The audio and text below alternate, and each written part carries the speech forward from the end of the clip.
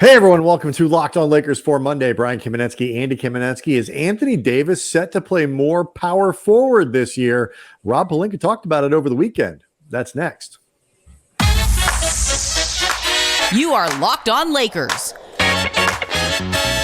your daily Los Angeles Lakers podcast. Part of the Locked On Podcast Network, your team every day.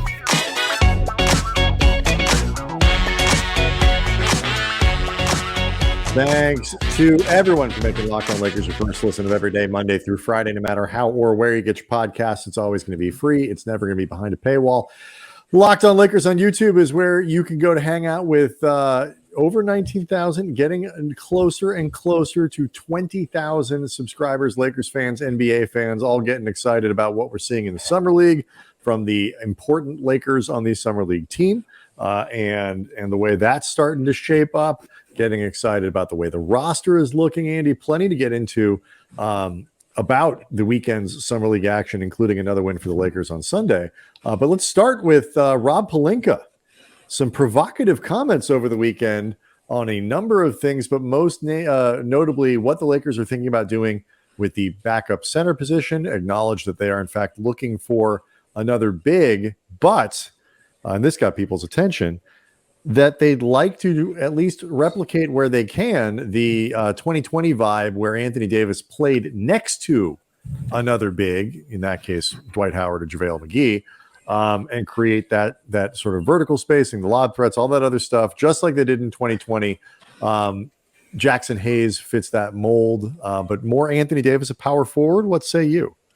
In theory, it's a great idea. In actuality, I am not sold at all. That you actually, I don't mean to cut you up. Like, you actually are okay with. There are a lot of fans who object, sort of in principle, to Anthony Davis playing as much center, as playing power forward as much as, say, he did earlier in his Lakers tenure. To review, in that 2020 championship season, 91% of his minutes were at power forward.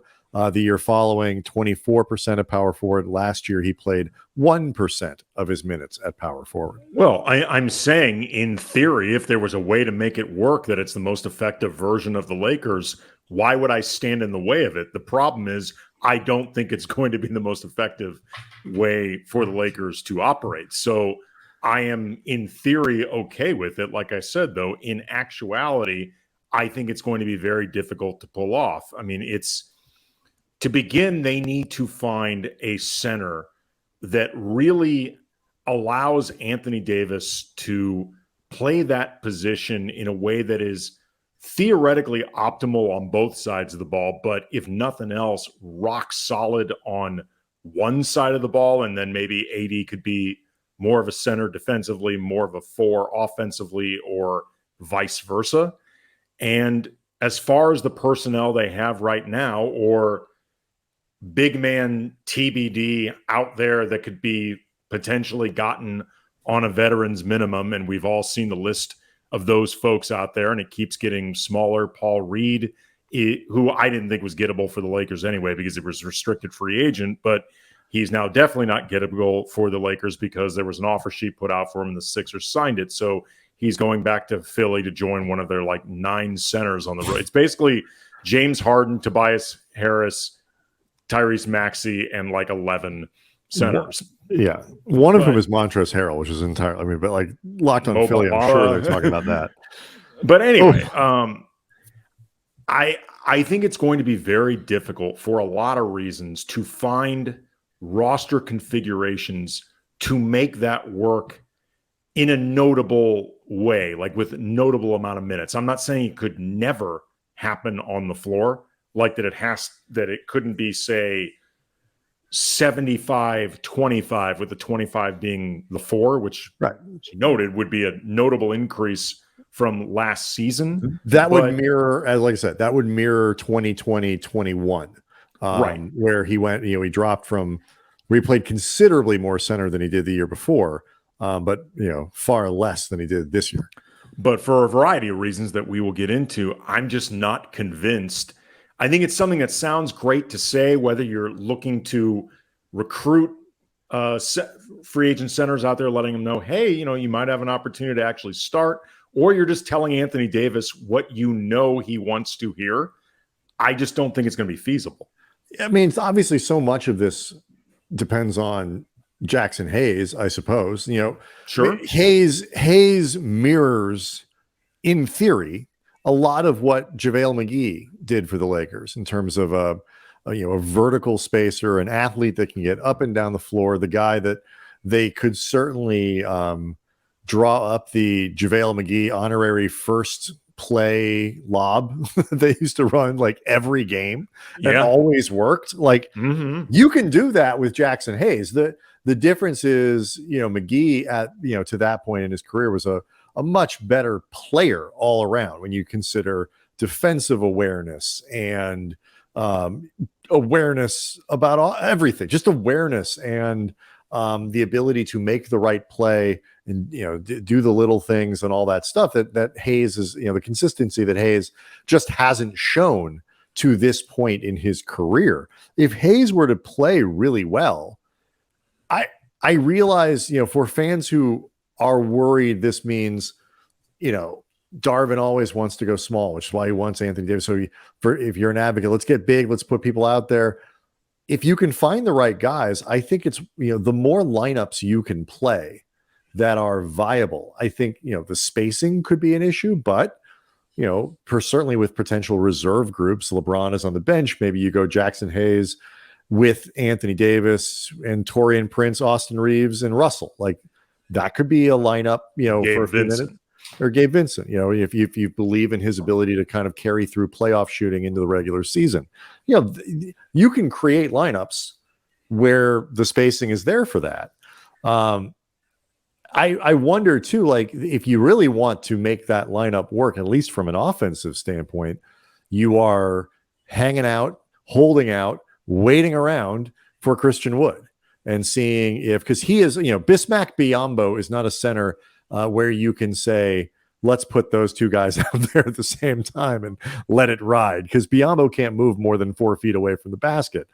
Christian Wood. Biyombo's main offensive role is setting like bone-crushing screens. Yeah. And that matters. That's important. It does. But, if the ball hits him perfectly in the hands right by the rim, he can most of the time dunk it.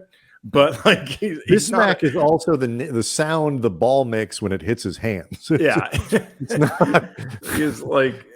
He is not prime wilt. No, he is not, and that's okay. And I still want him to go sign the guy. But so do I. I mean, if there's no doubt in my mind, Christian Wood's waiting for someone to give him a taxpayer mid-level or something. To where that is more consummate with his talent level.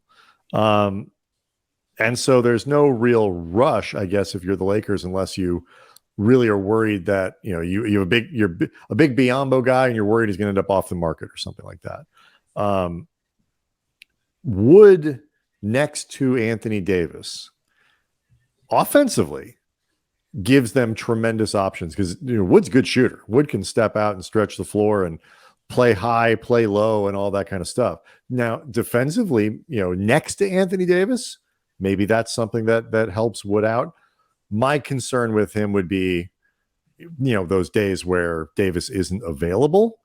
But the flip side of that is, Andy, if those come in the playoffs, it kind of doesn't matter. I mean, the days that AD is not available, they are to a certain degree just screwed, and you're hanging on for dear life anyway. Well, or at the very least, we're going to win by scoring lots and lots and lots and lots of points, or you've discovered a smaller big lineup, because remember the Lakers can play relatively big with big players, just not necessarily super tall ones if they don't put a center on the floor. They've got a lot more length this year than they did entering last year. So not playing a center doesn't necessarily mean, if you're a fan who's concerned about this, doesn't necessarily mean the Lakers are going to play small.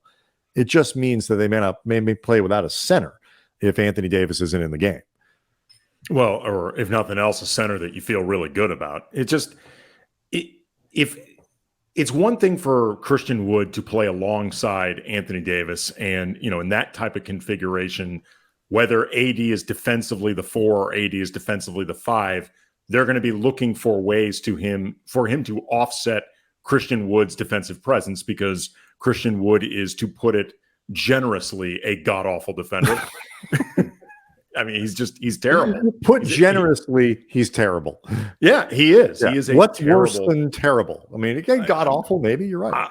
I'm sure there are words I'm not aware of, or that I just can't say on the show because of David Locke's rules that would describe. Ever there was a time for cursing. This would really drive home the point we're making. Perhaps there are ways to make this work, but we can talk about this more after the break. I also think there are issues about this that also have to do with Anthony Davis, and I think there are issues that make this complicated beyond Anthony Davis and center to be named later, that I think just make this an impractical idea. All right, so we'll more on what Rob Pelinka said. And the NBA also announced the plans for the in-season tournament with a great deal of fanfare and hoopla. So we'll dig into that a little bit next.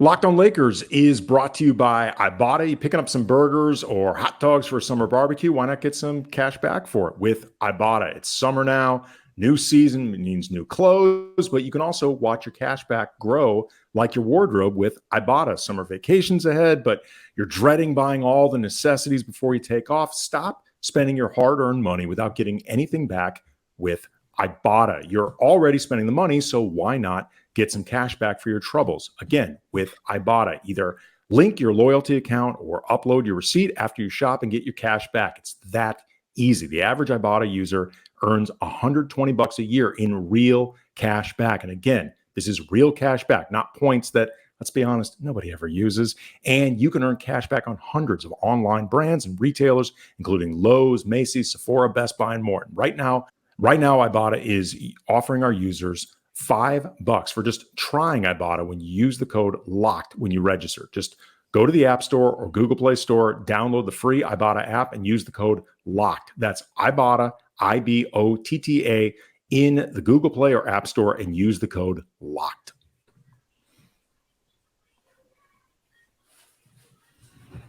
So Colin Castleton on Sunday, Lakers Summer League, finished with 21 points, 14 rebounds, 3 assists. He's now averaging 16, 8, and 4 through Summer League games. So we'll definitely get into him a little bit because, some of the center conversation, he could jam his way into it before the end. Maybe he's the center that ultimately allows AD to play the four. There are people talking like it, and I think you go sign another guy, and if Castleton can give you, it's not a two-way. If you end up converting him and releasing some other, great. That is great news for the Lakers. But yeah, you had a couple other thoughts on why this may not be a thing.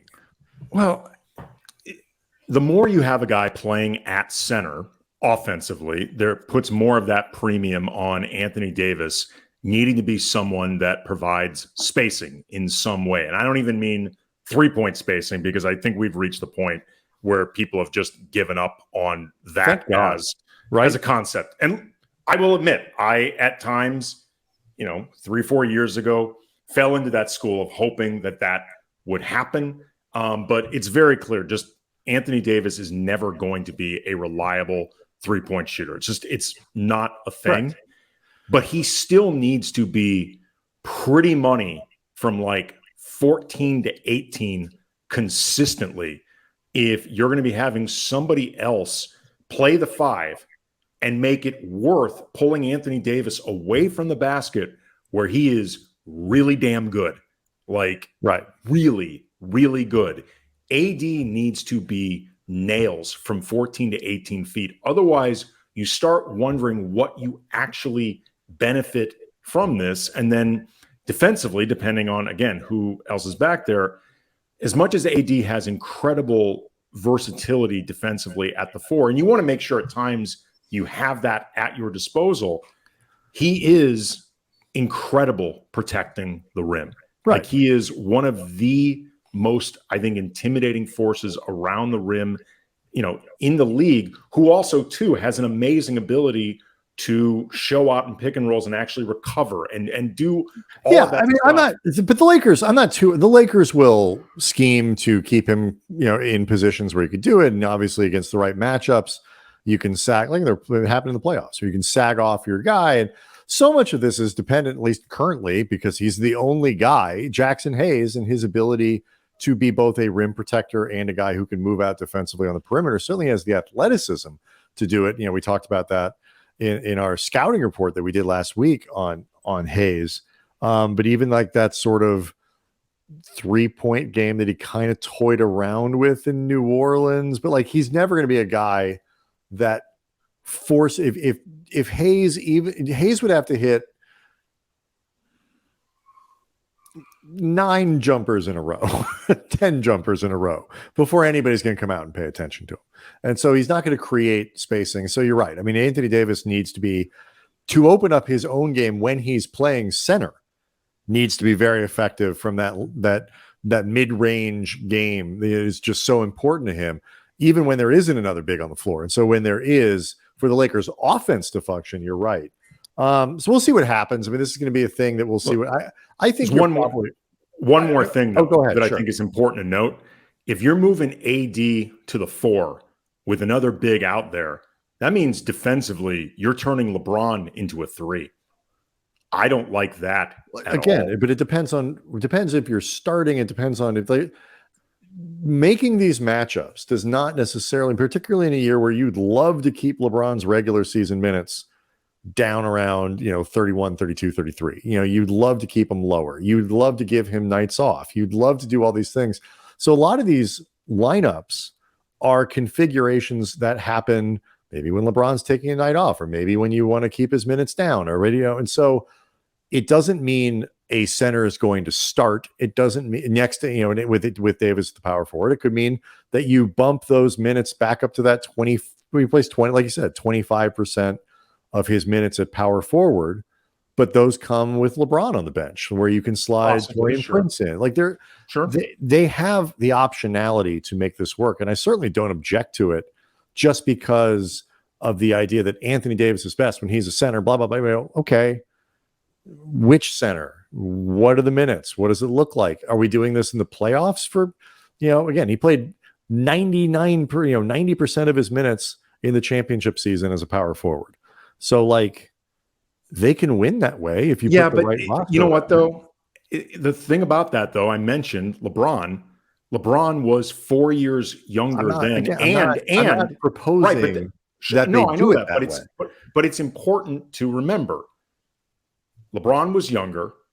The centers that they were working with in JaVale McGee, and once we saw who Dwight was, were more established and reliable in terms of what you knew you had from them than Jaxson Hayes. I'm only saying you're missing. That's not what I mean. My point is, you can, if Jaxson Hayes or center to be determined shows that they play at a level with a style and a compatibility that makes it work, you can play winning minutes with a configuration that includes Anthony Davis at power. Can you go back to a lineup like they had the championship year? No, for the reasons you're talking about. That's what Rob Pelinka is talking about. But it's what a lot of fans and even media I hear talk about, the idea of going back to what won in the 2020 championship season. Okay. I'm not arguing with you.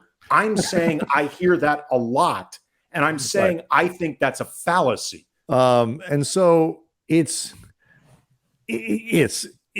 don't think it's going to be and if it turns into something that they can do, great. I said I'm open to it. I just don't think it's going to be doable on a very regular basis.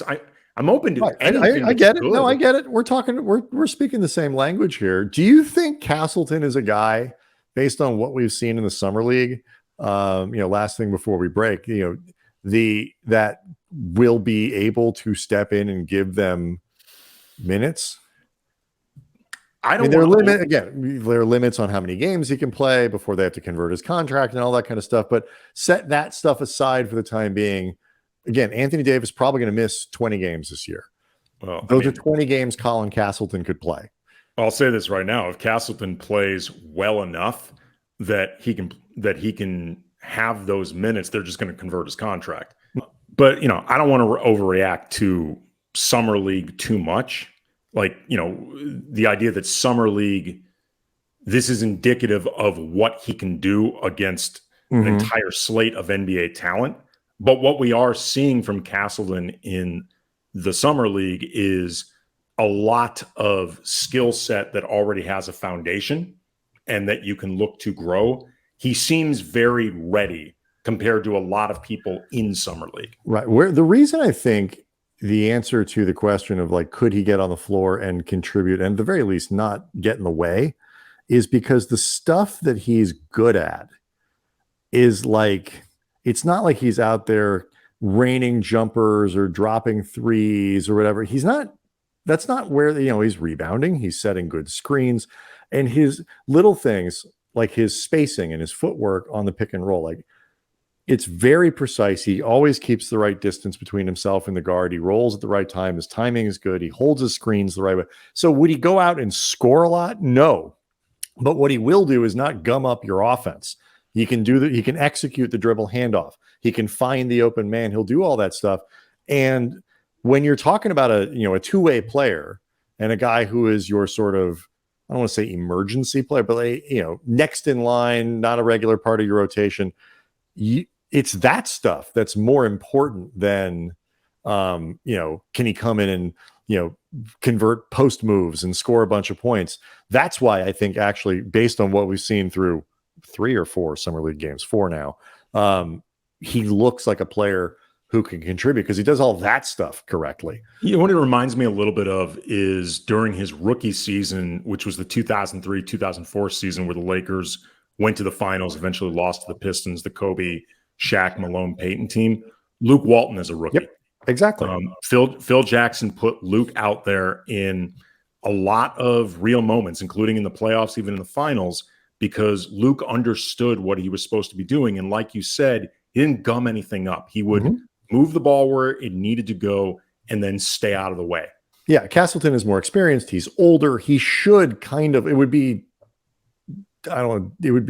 uncomfortable if he didn't look good. But these are the stuff he's doing to look good in the flow of the offense. Good passer, makes the right read. That's why I think he could get. He might not score a point, grab a rebound when it's there, but he won't make a ton of mistakes. I don't know if we'll get into this. I want to talk a little bit about the season tournament. We can talk a little bit. Summer league's not over yet. Jalen Hood-Schifino starting to really crank things up. 1 turnover in his last 2 games. Max Christie continues to play well. Demoy Hodge had a really nice game on Sunday. So the Lakers summer league team, Maxwell Lewis, holy bleep, is that guy an athlete? Yeah. Like, oh my God. Like, yeah, he is. If you haven't seen the highlights from Sunday, go look him up. And because all these guys are great athletes. Like Jalen Hood-Schifino, we say, well, he's not a great athlete or whatever. Like, you put him in a gym with like normal people, and it's like, yeah, it's like from another planet. D'Angelo Russell's not a great NBA athlete. D'Angelo Russell, though, is a great athlete. Right. Maxwell Lewis is who they're talking about when they say D'Angelo Russell's or not a great athlete or Jalen Hood-Schifino, like, because that guy's like insane. So we'll talk about those guys through the course of the week, but I do want to mention the in-season tournament. Interesting wrinkle the NBA has thrown in. We'll get to that next.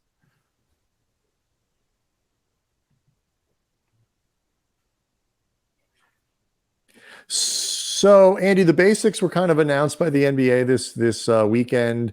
It's 8 games, I think it is, and it's round robin. All the games kind of count. Group play counts for the regular season. It's only if you make the championship that you play an extra game. They announced the payouts, about $500,000 for the players on the winning team, which doesn't mean a lot to LeBron, but would certainly be nice for, say, Jalen Hood-Schifino or Maxwell Lewis or guys like that. They'll take $500,000.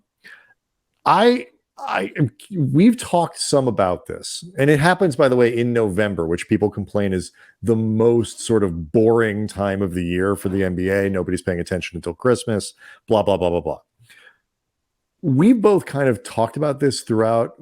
When they announced the details, what was your reaction to the concept, to maybe how it impacts the Lakers, how you think the Lakers will approach it? That it's going to take a while before it's really clear what purpose this tournament serves and how much fans get into it. It's going to ask us in 10 to 15 years, because it's really going to be one of those things that it has to build up in time. Like you and I and people who've been watching the NBA as long as we're not the audience. Like we're not the prime. So correct. That is such a great point. We're not the demographic. Like our children or people in their young 20s, if they're starting to watch the NBA, people who can make the in-season tournament part of the habits that they build with the NBA and part of the culture. Again, 10 to 15 years from now, you hope that fans get really excited about it.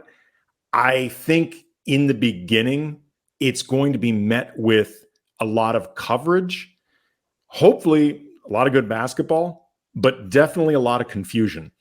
I think in the beginning, a lot of people are not going to know what the F to think about this thing, especially because the stakes in a lot of ways are as low as they could possibly be in terms of anything tangible a fan would care about, unless you really just feel great about the idea of, the Maxwell Lewises of the world getting $500K.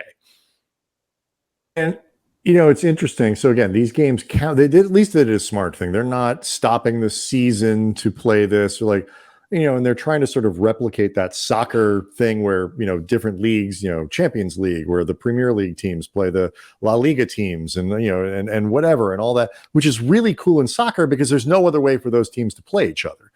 Obviously, that's not the case in the NBA. So, they were smart to just fold it into the regular season. The Lakers are in a group with, it is Portland, Memphis, Phoenix, and Utah, I believe, are the four other teams in their group. So, the games against Phoenix, the games against Memphis, the games against, I think Utah could be pretty good this year. Those are important games in the Western Conference. And then, Portland, you got Scoot. And, so they should be interesting games, but I think they have like 5 years to play around with it. And the format will look different next year, and they'll tweak this and they tweak that. But I agree with you. It's what our kids kind of grow up with. It's never going to seem kind of not dumb or gimmicky or whatever. They got it right with the play-in tournament, which some people thought would be a little bit gimmicky or stretching stuff out. It made a little more sense to me than maybe some other people did, because it's like it keeps teams involved in the season a little bit longer. Well, but it also it accentuates, though, something that we are already accustomed to, correct, which is the playoffs that actually exist. Right. Like it changes the way some teams get into the playoffs, but it ultimately doesn't really change anything about the way a season progresses. No, it's like in baseball when they make they add a wild card team, right, or something, or they add the wild card and then add another wild card. And so I mean, I think it's going to be weird and awkward. I'm wondering though how the Lakers will handle it, because I'm sure the league is going to. It's very regimented. I think it's Tuesdays and Fridays these games will be, and it's in November again to try to sort of drive interest at a time before teams are really, the world is really focused on the NBA, which everybody says doesn't happen until Christmas. A team like the Lakers, though, the league will probably encourage, no resting, no stuff like that during these games. And, again, the game against the Suns, the Lakers aren't going to sit LeBron anyway. But a game against the Blazers, they might. I'm telling you right now, the league this first season, they're going to check out your medicals if you sit somebody. I'm telling you right now, this inaugural season, your ass better be really hurt or you're playing in this game. I can imagine Adam Silver coming by and putting like a tongue depressor in LeBron's mouth, like checking his tonsils. No, I'm serious. Like this first year, they're not going to be effing around with this thing. Like it will be embarrassing if they open this thing up and you've got guys load managing, like just blatantly load managing during this. They're going to tell you, go load manage in that random game against Charlotte, which, by the way, undercuts the whole thing about trying to make the regular season matter more, and try to create more urgency in it, which is the whole reason you created the play-in tournament in the first place. But I'm telling you, with the inaugural launch of this tournament, they are not going to screw around. And there's going to be a lot of pressure on teams. You put your players out there. Like, do not embarrass us during this. It's funny. Like, I've seen people go back and forth. It's not. I'm not opposed to it. I think one of the things I like about the NBA is that they do try things.